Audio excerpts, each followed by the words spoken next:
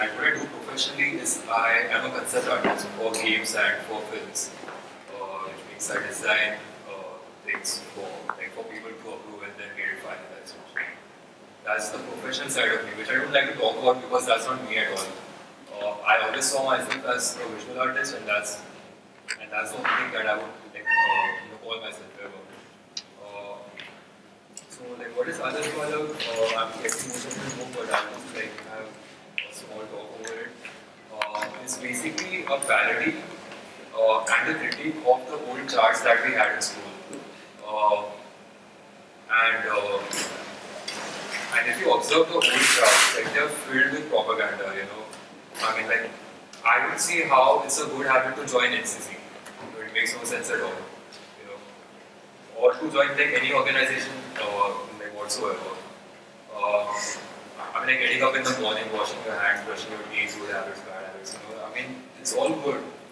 But then, like what I saw in those charts, is at some point they cross the line, like in some sense, So, for example, like there's this chart called like Kids of India, Children of India, or whatever, and like there are kids like wearing the ethnic dresses and all, and it's all cool, but I felt like it's very stereotypical because the kid from Nagaland is wearing leaves, and it's just bad, because I don't think that anyone in Nagaland wears leaves and roams around. I mean, it makes no sense. Like I am a Rajasthani, and the kid from Rajasthan had a sword in his hand. I never owned a sword, ever, and no one does in my family. So I felt like the charts, like the original charts. I mean, I'm not sure if that was their intention, but they really did inject like a lot of propaganda and stereotype, into kids. Into like most of us, because we grew up in that phase where like we had to start some school. So what I want to do is that I want to like just redefine the word others, like what others really means. It's not like you should like always get up early and obey people, and that like identifies you as an ideal child. For me, what others means is to stand up for yourself and to take a stand for yourself. It stands for individualism, basically. To do what you think is right, and I think in the end, like that is what really matters. Like the value system which you create for yourself and which you follow. And the most others thing you can do is to create your own value system and not enforce it on others. Because what you see is that like someone is a communist, someone is a capitalist, and they fight among each other in like which system is right, and that's not always true, or like someone has like a religious belief and they think that is good for everyone, but it's not. Do you sometimes hold yourself back from making something that is similar like a downtown thing? We cannot. I don't guess it is very suitable for the audience in society. Okay, I'm not trying to be judgmental, but yes, I don't know. No, it's a really good question, because even Johan, like, he had put up a work of his on Facebook where it's very insensitive, because even I found it a little rude or like offensive or whatever. So like what he showed was basically there's a guy sitting on a couch and he's watching TV and he's watching the news. And there's a black kid in Africa somewhere and he's like malnutrition and he has this big pot belly. So he feels bad. So he flies to Africa and then what he does is that he lays the kid down like on an operating table and he takes out a basketball out. This is so he put that work on Facebook, and within like just an hour, like the image had like spread, because like the moment he puts up something, it just like manages to go viral. And within an hour, that image, like that image was taken down, because obviously like people must have found it and whatever. But so for me especially, I really don't feel any sort of hesitation or like apprehension of what I'm showing, because it's very important. It's very important to make a point without offending anyone, or like without hurting someone's view. I mean, we all saw what happened when you get like overboard with your, like the freedom of speech or whatever. I make something, I make sure that I don't offend anyone, and or I don't cause like the misconceptions which people have to level. Because I remember like this one day when I put up the comic where the guy is like taking a cigarette out of a guy's mouth and he's like putting like a throwing it inside and he's lighting it up with a gun lighter. So this one guy who really looked like a constipated far right fellow. So he's like, okay, like how can you make something like this? You know, like you're promoting smoking and all that. And I'm like, how am I promoting smoking when the guy is taking a cigarette out of his mouth? Or maybe I'm promoting smoking up, I don't know. Like there's a difference between the two, you know. And then he went on to say that I work for like the tobacco lobby, and I'm like, I just observe what's going on. I'm taking the cigarette out of his mouth. You know, how can I work for the tobacco lobby when I'm speaking against them? And there was this one guy who messaged me on my page, and he asked me if Adarsh Bahadur was an RSS agent.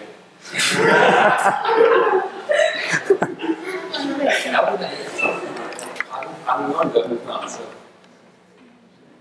So I was like, okay, it makes no sense at all.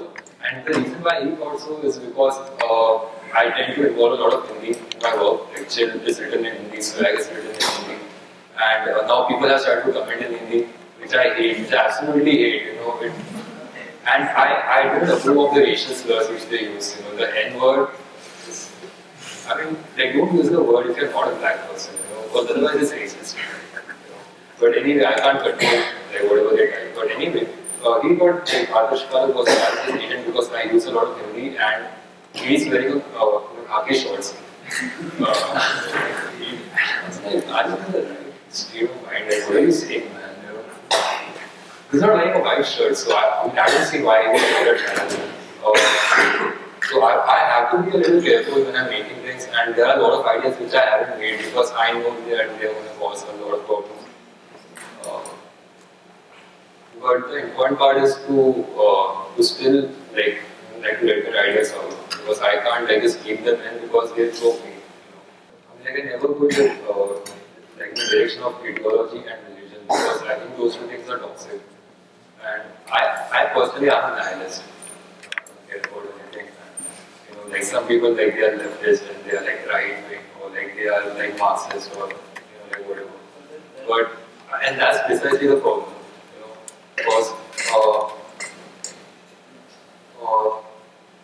and that's one reason why I believe in psychedelics, because like what they do is like they really take you out of the cultural brainwashing, and they take you out of it and they make you realize like things are not what like you've been told, you know. And this substances they really help you create your own value system, your own code of ethics, or your own moral stance. And which is why I'm ideology free, and I would expect everyone to be ideology free, you know, because like the moment you have an opinion and the moment you represent a point of view, that's where the problem is. Like it doesn't matter if you're enforcing it or if you're okay with someone being different, but you are representing something which has come out of someone else's brain. And I don't trust humans, and I don't trust anything which comes out of a human brain, you know, because I trust nature, which is why I believe in plants. But as far as like religion is concerned, I try not to go in that direction because I know it's going to create a shitstorm. I don't see why like anyone would feel offended by looking at the LGBT painting. No, I mean I don't see any reason. And if they do, they can always like message me. I try my best to explain things to them because this like the same guy who had a problem with me showing the guy smoking a cigarette. So I told him that okay, if you have a problem, like let's like take it to a personal inboxes, and I'll try my best to explain things to you. I'll help you like get some clarity on things. He didn't reply back because like they are the kinds who don't want to be convinced. They are happy like living that low awareness life. They don't want to explore anything new or learn anything new because they think that it will go against like whatever they've been told. And they can't, it's not like they can't come to terms with anything new. It's just that they can't afford to like just like get out of that, that mindset, which they have lived for most of their life. question there. Yeah, so I was confused. With your LGBT presentation, you are advocating for people to stand up for their rights, and you're basically uh, advocating that the minority should, somewhat be strengthened. So, say in the other one, the two guys fighting. Now, say this set of people is battling with a government, okay, like for their rights. So, you're saying basically that we are not supposed to do anything, watch them beat the shit out of each other, and then they're finally they just peace out and things will be fine. I'm confused here, the ideology. You're confused with like the reason why you're confused, Yeah. that's because like you're trying to draw a parallel between two different works. Oh, but both are your works, right? So you must be there must be a parallel somewhere. So you're basically advocating for the rights of a weaker section of people. Now, in that one, you're saying that when two people are fighting, or say two communities or anything is fighting, you just let them do it and let's see maximum damage caused, and then finally when they're I don't want to see maximum damage. whatever, till they're satisfied. You know? No, yeah, exactly. But how will that help anyone if you don't intervene? I don't get it. Okay. So I have this friend, and this thing happened to me as well, but it was not so bad. So I had this friend, it was in a public place, and this woman was getting slapped by her husband, and he intervened and he pushed him. The woman slapped him, and he said, "He's my husband. He can beat me if he wants to. What's your problem?" It's stupid. And I've tried to break up fights, and because I at some point was a pacifist, peace, love, whatever. It doesn't work. What if someone kills each other? Like you just keep standing and like that's basically giving them those boxing gloves is fueling the fire, right? Yeah. So if you're fueling the fire, and what if something like How am I feeling the fire? you're giving them boxing gloves? The other ideology you could draw that at least give the both set of people same set of rules to fight for. At least he is giving the gloves to both of them. Yeah. If she's pointing out that the minority is fighting something, Okay. they are in the first place a minority. I don't really look at it from that perspective. Like my take on this was like very different. Like firstly, okay, I have the wrong image put on.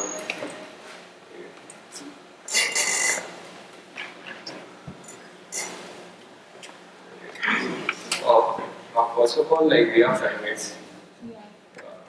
and we are homicidal in nature. Like we are hardwired for homicide, and that's just how we are. You can't take that out of people. You can't avoid fighting. There's no way. Secondly, I explained my position on it. I've tried breaking up fights. I've tried to persuade people that it's wrong, don't do it. They don't want to learn. That's okay with people. When you said about countries, that's when it hit me because say US is bombing Iraq and let the world just look at it. Then till it bombs each other and everyone else. You can't do that. Right? Have you ever protested? I haven't. I could, but I haven't. How did that help? I haven't. You have no, if you did, like, how did that help? Maybe. But protest help right now. People are protesting that. Obviously, someone looks at you when you protest, right?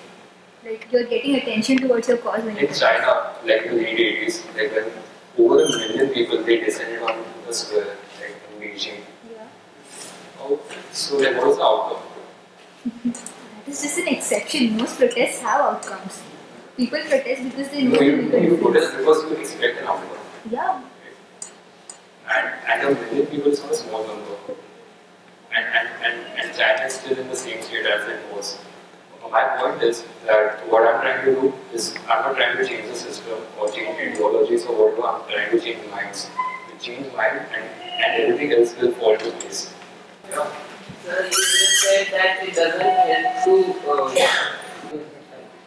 But my question is, how does it help to not start protesting? Because we have some probability that people will get affected if we protest.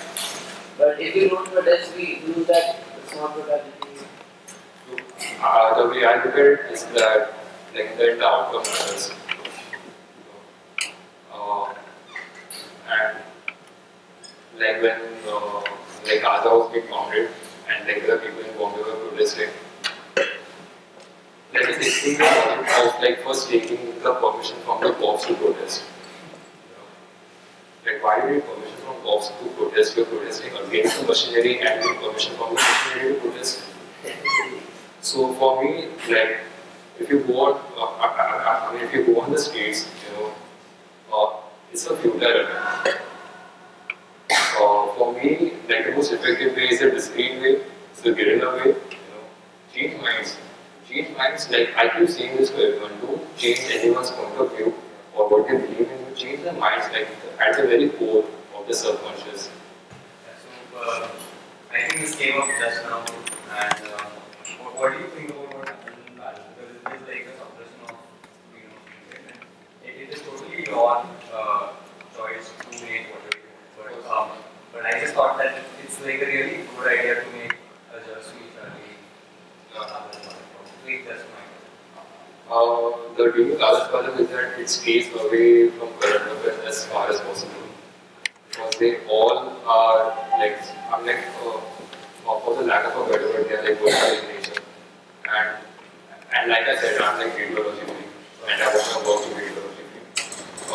What happened in Paris is that now there are like two perspectives of looking at it. Now what happened was wrong. To die for something you love doing is wrong. And there are a few nutcases in the world who think that the easiest way to silence someone is to kill them. And as long as arms and ammunition is easily available, like they always exist and they always succeed in whatever they plan to do.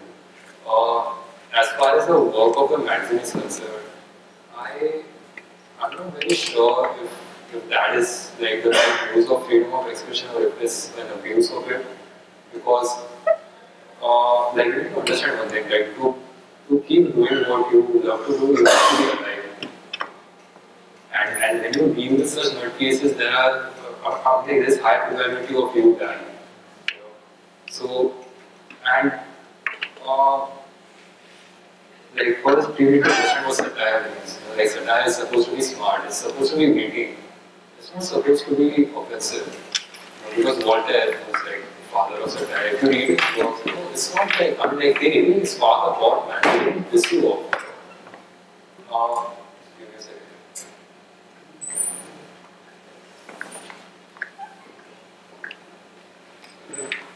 And then when you go in the direction of offending anyone, then you are putting yourself at risk because you can't control people and how they think and their actions, which will follow. So I don't really have like a particularly strong opinion over it, and I would certainly not associate Adarsh Palas with it, because like there are so many issues in the world. I can't speak for each and every one of them. Because then like that would be like playing favorites, because I feel strong for like what happened in Paris because they were artists and not for the kids who are dying in Darfur or like Sudan or whatever. I can't take sides. I'm always on the fence, and that's it. Yeah. While reading, what first comes to your mind? The premise or the news, like, or around what news builders were there? What are coming to be honest, I don't know. I mean, like when ideas they strike me, it's a very complicated process which goes on over here. I think it's the twist which strikes me first, and then I build up the story like over it. That's what I did in school as well. Like to deal with maths, because like my professor used to say that okay, since you suck at maths, what you should do is you should start with the solution and then work your way back to the problem, and that actually works.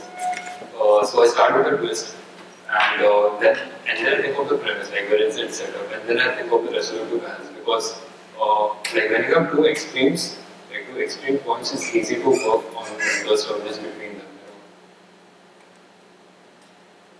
Do we have any more questions in the house? Did you draw the backdrops for each of the panels separately, or did you use the single one? No. They're all paintings, by the way. Yeah, they're all hand painted. And for comics, I have to draw everything again, like 4 times. And which is why they take time. Like comics, they take like somewhere from a week and a half to 2 weeks. because I would make sure that the characters are placed in the right coordinates. So whatever the building has the same alignment or whatever. So yeah, I do paint every panel out.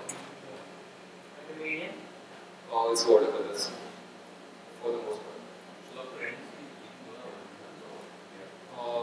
No, prints can't do originals because there's a reason why they're called prints. But yeah, so what I do is every time I scan them.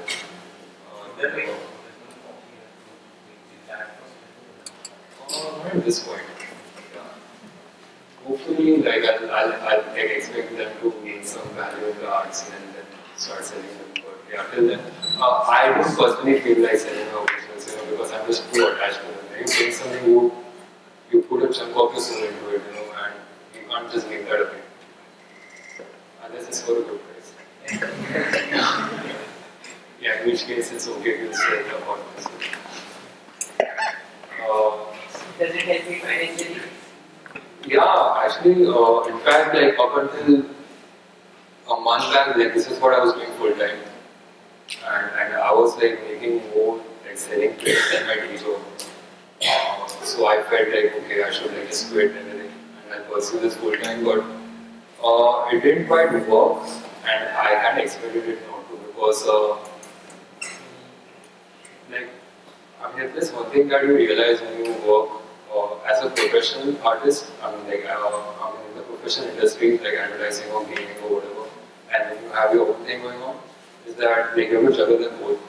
You can't, because they all have their place, they all have their purpose. Like, this thing is to let my ideas out, which I would never be able to do in my office. Because you have your boss standing right behind you and he's ordering you, like, do this, do that. Luckily, I didn't work in the industry, my boss is a good guy, so good, but and then you also have to keep in mind that your job is what pays you, and I would not be able to buy canvases and like, expensive paints if it wasn't for my day job, and that's one thing which I really want to address. If there are people who want to like do it professionally or take up an artistic or your creative career, is that you will hate your job.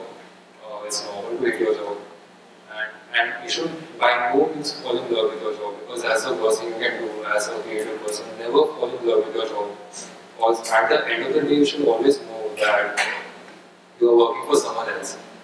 Like you are helping them to build their dreams while compromising yours. And I'm sure like everyone in this room, they have their own ideas. Like they're just waiting to come out. And that's the key, like to find a balance between